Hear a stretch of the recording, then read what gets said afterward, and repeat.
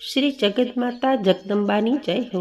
श्री महालक्ष्मीनी जय हो। श्री सरस्वती देवीनी जय हो। श्री महाकालीनी जय हो। जुदा जुदा नाम અને સ્વરૂપ ધરનાર નવખંડ નારાયણી આદ્ય શક્તિની જય હો। શ્રી દુર્ગા સપ્તસતીના મહાન અને તુરંત ફળદાયી પાઠનું નિત્ય શ્રવણ કરીએ અને જગદંબા માને પ્રાર્થના કરીએ કે હે માં, સદાય તમારા આશીર્વાદ અમારી ઉપર વરસાવજો અને સદાય અમારું રક્ષણ કરજો। તો સાંભળીએ દુર્ગા સપ્તસતીનો અધ્યાય બીજો। જય શ્રી ગણેશ। આદ્ય શક્તિ અંબામાની જય હો। શ્રી સપ્તસતી અધ્યાય બીજો। દેવી પ્રાદુર્ભાવ, મહિષાસુર સેનાનો નાશ। ઓમ મધ્યમ ચરિત્રના વિષ્ણુ ઋષિ, મહાલક્ષ્મી દેવતા, ઉષ્ણિક છંદ, શાકંભરી શક્તિ, દુર્ગા બીજ, વાયુ તત્વ અને યજુર્વેદ સ્વરૂપ છે। તેના જપનો વિનિયોગ શ્રી મહાલક્ષ્મીની પ્રીતિ સંપાદન કરવાનો છે। અક્ષમાળા, ફરસી, ગદા, બાણ, વજ્ર, પદ્મ, ધનુષ્ય, કુંડિકા, દંડ, શક્તિ, ખડગ, ઢાલ, શંખ, ઘંટા, સુરાપાત્ર, શૂલ, પાશ અને સુદર્શન ચક્ર જેમના હાથમાં ધારણ કરેલા છે, જેમનું મુખ પ્રસન્ન છે, જે કમળના આસન ઉપર બેઠેલા છે, એવા મહિષાસુર મર્દિની ભગવતી મહાલક્ષ્મીનું હું ધ્યાન ધરું છું। ઋષિ બોલ્યા, પૂર્વે દેવો અને અસુરો વચ્ચે પૂરા 100 વર્ષ સુધી યુદ્ધ ચાલ્યું હતું। એમાં અસુરોનો સેનાપતિ મહિષાસુર હતો અને દેવોનો સેનાપતિ ઇન્દ્ર હતો। આ યુદ્ધમાં મહાબળવાન અસુરોએ દેવોના સૈન્યને હરાવી દીધું। બાદમાં મહિષાસુર ઇન્દ્ર બનીને રાજ્ય કરવા લાગ્યો। ત્યાર પછી હાર પામેલ દેવો પ્રજાપતિ બ્રહ્માને અગ્રણી બનાવીને ભગવાન શંકર અને ભગવાન વિષ્ણુ જ્યાં બિરાજતા હતા ત્યાં ગયા। દેવોએ મહિષાસુરના પરાક્રમ અને પોતાની હારની વિગત બંને સમક્ષ વિસ્તારપૂર્વક કઈ સંભળાવી। તેમણે કહ્યું, અત્યારે મહિષાસુર સૂર્ય, ઇન્દ્ર, અગ્નિ, વાયુ, ચંદ્ર, યમ, વરુણ અને બીજા સર્વે દેવોના અધિકાર ભોગવે છે।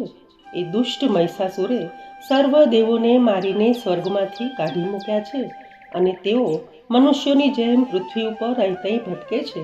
અસુરોની આ પિશાચ લીલા આપને કઈ સંભળાવી? અમે તમારા શરણે છીએ, માટે મહિષાસુર વધનો કોઈ ઉપાય બતાવો। દેવોના આવા વચન સાંભળતા જ ભગવાન વિષ્ણુ અને શંકરને ઘણો ક્રોધ ચડ્યો। તેમની ભ્રમરો ચડી ગઈ અને તેમના મુખ વિકરાળ બની ગયા। બાદ ભગવાન વિષ્ણુના મુખમાંથી મહાન તેજ પ્રગટ થયું। તેવી જ રીતે બ્રહ્મા અને શંકરના શરીરમાંથી પણ મહાતેજ પ્રગટ થયું। ઉપરાંત ઇન્દ્રાદિ બીજા દેવોના શરીરમાંથી પણ મહાતેજ પ્રગટ થયું। આ બધું મળીને એક મહાન તેજ બની ગયું।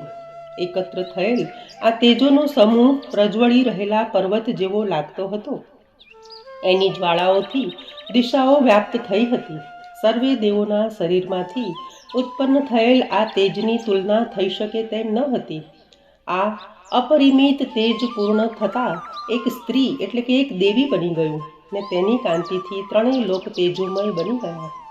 શંભુના તેજથી દેવીનું મુખ બન્યું, યમના તેજથી કેશ થયા, વિષ્ણુના તેજથી બાહુઓ થયા, ચંદ્રના તેજથી 2 સ્તનો, ઇન્દ્રના તેજથી કટી પ્રદેશ, વરુણના તેજથી જાંઘ અને પૃથ્વીના તેજથી નિતંબનો ભાગ, બ્રહ્માના તેજથી 2 ચરણ, સૂર્યના તેજથી પગની આંગળીઓ, વસુના તેજથી હાથની આંગળીઓ ને કુબેરના તેજથી નાક, પ્રજાપતિના તેજથી દાંત, અગ્નિના તેજથી 3 નેત્રો, સંધ્યાના તેજથી ભ્રુકુટીઓ, વાયુના તેજથી કાન તથા બીજા દેવોના તેજથી બાકીના અવયવો પ્રગટ થયા। આ રીતે આ કલ્યાણકારી દેવીનો ઉદ્ભવ થયો। આ પ્રમાણે સર્વ દેવોના તેજ સમૂહથી ઉત્પન્ન થયેલ શિવા દેવીને જોઈ મહિષાસુરથી ત્રાસ પામેલા દેવો આનંદ પામ્યા। ત્યાર પછી દેવોએ પોતપોતાના આયુધો તેમને આપ્યા। પિનાકપાણી ભગવાન શંકરે પોતાની શૂલમાંથી શૂલ, ભગવાન વિષ્ણુએ ચક્રમાંથી ચક્ર, વરુણે શંખ, અગ્નિએ શક્તિ, વાયુએ ધનુષબાણથી ભરેલ ભાથો, ઇન્દ્રે વજ્ર અને ઘંટ, યમરાજે દંડ, વરુણે પાશ, પ્રજાપતિએ સ્ફટિક માળા, બ્રહ્માએ કમંડળ, સૂર્યે તેજ, કાળે ચમકતી ઢાલ તલવાર, ક્ષીર સમુદ્રે હાર, જીર્ણ ન થાય તેવા વસ્ત્રો, ચૂડામણી, 2 કુંડળ, કડું, શુભ અર્ધચંદ્ર, બાહુને માટે કેયુર, પગ માટે નુપુર, હાંસડી, વીંટીઓ, વિશ્વકર્માએ પરશુ, અનેક પ્રકારના અસ્ત્રો, અભેદ્ય કવચો, માળાઓ, સમુદ્રે કમળના ફૂલ, હિમાલયે સિંહ, રત્નો, કુબેરે મધુપાત્ર, શેષે નાગહાર અને બીજા દેવોએ આભૂષણો તથા આયુધો આપીને સન્માન કર્યું. ત્યાર પછી એ દેવીએ વારંવાર અટ્ટહાસ્ય કરી ઉચ્ચ સ્વરે ગર્જના કરી. તેના ઘોર નાદથી સમસ્ત આકાશ ભરાઈ ગયું. દેવીનો એ સિંહનાદ ક્યાંય સમાતો ન હતો, જેથી વિશ્વ ધ્રુજી ઉઠ્યું. સમુદ્ર કંપી ઉઠ્યા, પૃથ્વી ડોલવા લાગી, પર્વતો હલવા લાગ્યા. ત્યારે દેવતાઓ પ્રસન્ન થઈ સિંહવાહિની ભવાનીનો જય જયકાર બોલવા લાગ્યા. મુનિઓએ પણ ભક્તિભાવથી નમ્ર થઈ તેમનું સ્તવન કર્યું. આમ સમસ્ત ત્રિલોકને ખળભળેલું જોયું. આથી અસુરો પોતાની સર્વ સેનાઓને સજ્જ કરી આયુધો ઊંચા કરી ઊભા થયા. ત્યારે મહિષાસુરે ક્રોધથી હાક મારી કે આ શું છે બધું? આમ કહીને પોતાના સર્વ અસુરોથી વીંટળાઈને તે સિંહનાદની દિશામાં દોડ્યો. ત્યારે તેણે પોતાના તેજથી ત્રિલોકને પ્રકાશિત કરી રહેલ દેવીને જોઈ. એ દેવીના ચરણોથી પૃથ્વી દબાતી હતી. માથાના મુગટના અગ્રભાગથી આકાશ અડકેલું હતું. ધનુષ ટંકારથી સાતે પાતાળ ખળભળી ઉઠ્યા હતા. દેવી પોતાના હજારો હાથથી બધી દિશાઓને ઢાંકીને ઊભી હતી. પછી એ દેવી અને અસુરો વચ્ચે યુદ્ધ શરૂ થયું. ત્યાં અનેક શસ્ત્રાસ્ત્રો છૂટ્યા. તેનાથી દિશાઓ ભડભડી ઉઠી. મહિષાસુરનો સેનાપતિ ચિક્ષુર દેવીની સાથે યુદ્ધ કરવા લાગ્યો.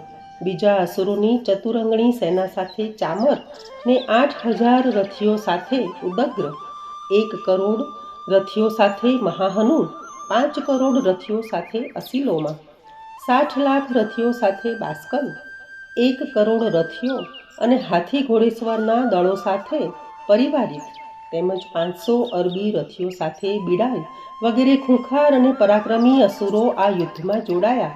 ઉપરાંત અનેક અસુરો સાથે મહિષાસુર પણ દેવી સાથે યુદ્ધ કરવા લાગ્યો. તે તોમર, ભેંદીપાલ, શક્તિ, મૂષળ, ખડગ, પરશુ, પટ્ટીશ આદિ હથિયારોથી યુદ્ધ કરતો હતો.